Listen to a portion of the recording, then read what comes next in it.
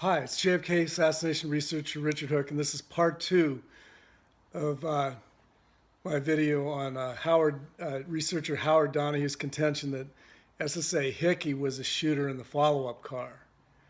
Now, actually, I'm going to refer to some pictures and things that are in this new book that I did with Rachel White called The Killer Queen, available on Amazon, electronic in hard copy. So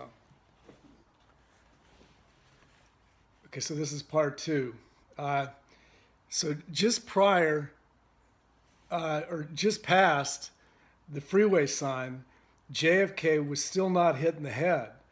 And so Umbrella Man's assistant stepped off the curb and signaled Secret Service agents Kellerman and Greer and CIA Jackie Kennedy that it was time for the limousine hit team to finish the job. That's what Umbrella Man's assistant was doing there. From Zapruder frame 255 to 269, Jackie can be seen pulling JFK's left arm away from his face and setting JFK up for the final headshots. Secret Service agent Greer gradually slows down the car, and by Zapruder frame 302, the car is virtually stopped. JFK assassination researcher Howard Donahue's third shot that he attributed to Secret Service agent Hickey, a shot originally attributed to Oswald by the Warren Commission, Donahue claimed did not line up with a sniper's nest, but instead lined up to Secret Service agent Hickey. What Donahue actually was realizing was that there was no shot to the rear of JFK's head, and the fabricated evidence of Oswald/Hickey's shot from the rear was contrived, contorted, and did not line up to the sniper's nest or SSA Hickey, because that shot to JFK's head from the rear was invented by the Warren Commission to connect their patsy to convict their patsy Lee Oswald, who we now know never fired any shots at all. Okay, the Warren Commission maintained Oswald shot JFK in the head from the rear, but in 2020, from the historical vantage point of 57 years after the event, modern technology has now revealed without any doubt Oswald was in the doorway and fired 0 shots. So it stands to reason all of the Warren Commission so-called evidence of Oswald's shot from the rear was fabricated, that particular shot. There's no evidence a shot hit JFK in the rear of his head at all. The Warren Commission drawings are a contrived attempt to construe wounds inflicted by other shooters other than Oswald, as the Warren Commission drawing and photo evidence of Oswald's supposed entry and exit wound from the rear was falsified and is not at all convincing. Let's see here. No, actually, here, I'll try to show you something here.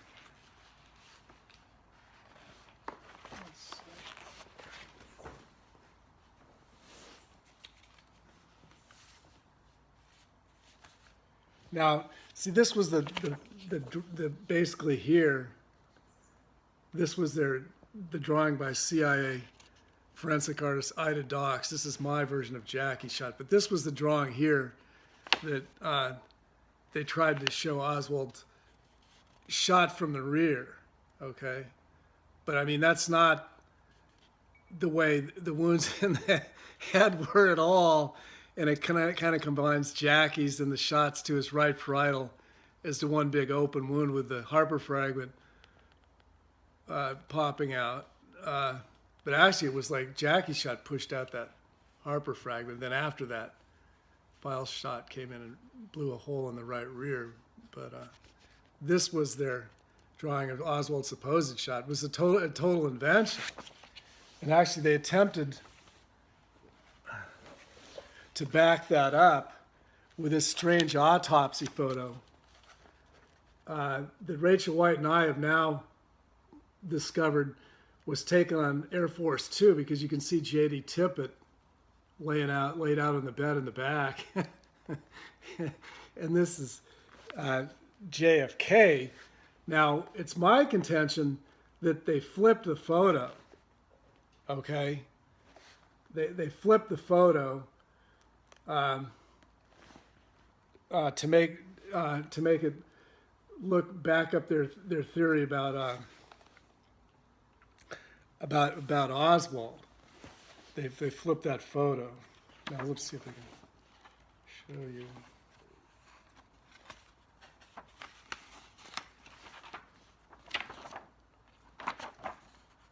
Hold on here.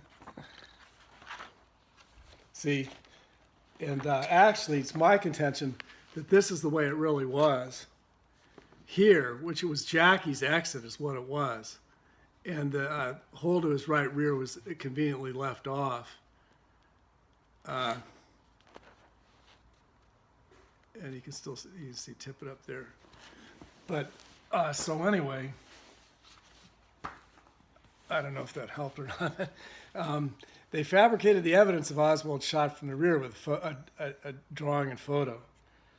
The Warren Commission drawing by CIA forensic artist Ida Dox attempts to construe Jackie's exit wound, combined with damage to JFK's upper right parietal area inflicted by grassy knoll gunmen, as Oswald's exit, or in Donahue's contention, SSA Hickey's exit wound. And now we now know that Jackie fired a shot up by JFK's left ear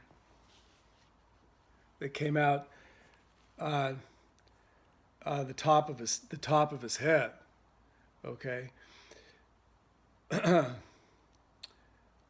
and the more than strange and unique autopsy photo from Air Force Two, along with J.D. Tippit, they flipped it to make it look like it was Oswald's exit wound, when really they were using the exit wound from Jackie, is what they were doing, and then they put a little phony tab entrance wound for supposedly Oswald in the back. That it just looks like a tab. It doesn't even look like an entrance wound at all. Let's see if I can show you that. You can't even hardly see it. Here. They said this was the entrance wound. I mean, it's ridiculous. And that's not any entrance wound.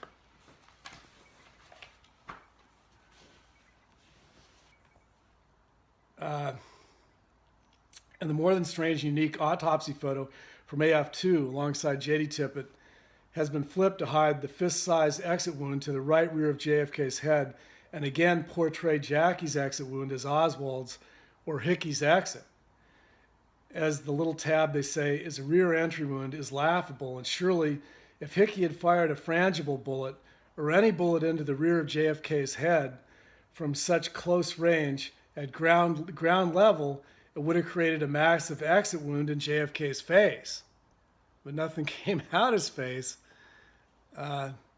He wasn't shot in the rear of his head at all, not from Oswald or Hickey or anybody else. And as he was shot in the head from Jackie, from down below, from Greer in front, and from grassy knoll gunman files, and probably Roscoe also on the right front of the car. Now, researcher Howard Donahue was correct in noting a frangible shot was used. So he was onto that, Donahue, as there were tiny metal fragments detected throughout JFK's brain, and Donahue was correct that the Secret Service was complicit, but the frangible shot was fired from the right front of the car, picket fence, as there was an entry wound above JFK's right eye by his hairline, and a massive fist-sized hole described by all of the doctors to the right rear of JFK's head, which was inflicted in Zapruder frame 314. There was also an entry wound in JFK's left temple, fired by the driver, SSA William Greer, in approximately Zapruder frame 311. From a CIA issue a pneumatic pistol that gave off no smoke and caused no exit wound because the poison toxin pellet exploded throughout JFK's brain.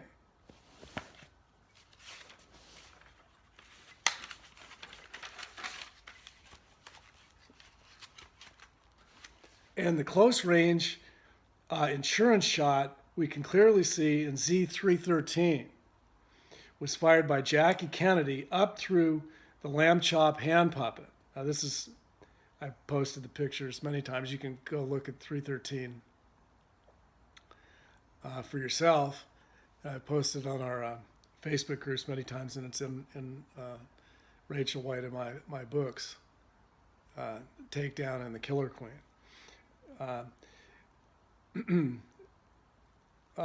Through the Jackie's lamb chop hand puppet that concealed the palm pistol in her left hand. She fired up into JFK's head by his left ear and straight up, blowing a hole out through the top of JFK's head. A second here.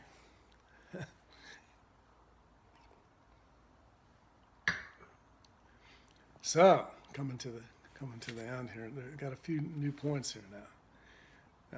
Witness Jean Hill, the lady in red in the raincoat on the infield, was quoted in the local paper as saying she noted someone in the motorcade in street dress shoot back at a person running up the hill, peppered with bullets, at a running figure, and this may well have been Secret Service agent George Hickey firing his AR-15 assault rifle at a running figure who may have been the agent originally reported shot, or possibly Secret Service agent Hickey mistakenly shot Arthur King, who is an African-American SMU university student who's on the knoll with his sister Alice and Arthur King, accounting for the mysterious pool of blood by the path that Disinfo CIA asset Hugh Ainsworth tried to explain away as red Kool-Aid, but was tasted and photographed by two Dallas Morning News reporters who said it definitely was blood, and their photographs of the pool of blood were confiscated by the FBI and never seen again. Actually, here's the pool of blood. It's never been explained up by the path. So somebody was shot up there. 10 witnesses said they smelled gunpowder by the car that day, no doubt from CIA Jackie Kennedy's palm pistol and very possibly Secret Service agent George Hickey's AR-15 assault rifle. Alice and Arthur King were arrested and immediately put under protective custody and were not to speak of what they'd seen and experienced on the knoll that day.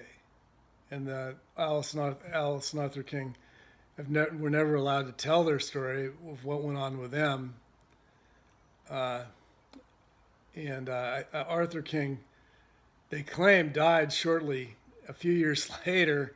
I've never seen any photos of him. Supposedly Alice King came to one of the JFK Lancer meetings on November 22nd, about somewhere between 5 to 10 years ago, but still wouldn't talk much about it. So anyway, just wanted to present that. There's a few new possibilities there and explain Howard Donahue's theory that had some insights, but for the most part was surpassed by modern technology, which has totally exonerated Lee Harvey Oswald of any shooting at all. So thank you very much. JFK assassination researcher Richard Hooke signing out.